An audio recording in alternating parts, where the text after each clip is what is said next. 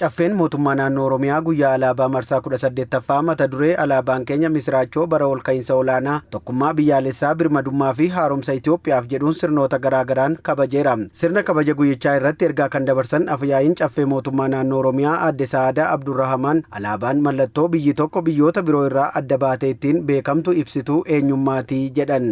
Alaabaan mallattoo birmadummaa ibsituu eenyummaa fi bakka bu'aa biyyaati. Gootummaan, birmadummaan, kabajaa fi jaalalli lammiilee biyya isaaniitiif qaban kan ittiin mul'atudha. Guyyaan alaabaa bara kanaa injifannoo qaqqaalii galmeessineen dabaallee kabajnu kunis seenaanis ta'ee seeraan mirga ulaa galaanaa fayyadamnuuf qabnu gonfachuuf Itoophiyaan akka dandeessu irra deebiin kan itti mirkaneessinuudhas jedhan Aadde Sa'aadaan.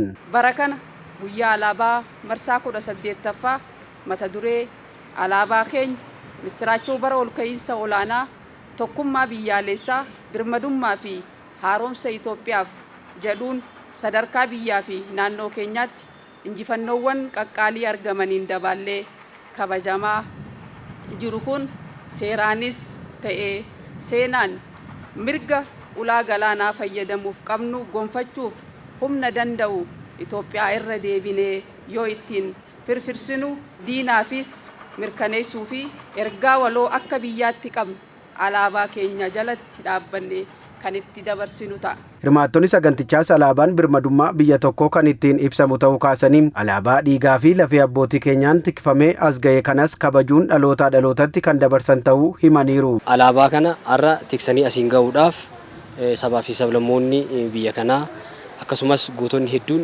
qaqqaaliin hedduutti wareegamaniiti alaabaan guyyaa har'aa kana akka ga'u kan taasise. Kanaaf alaabaan eenyummaa birmadummaa biyya tokko kan ittiin ibsinudha jechuudha. Alaabaan keenya dhiiga kenna biyyaaf kan dhaabannus alaabaa kanaa fi alaabaa jechuun birmadummaa uummata keenyaati jechuudha. Kan itti dhiigne kan itti wareegamne jechuudha alaabaa jechuun.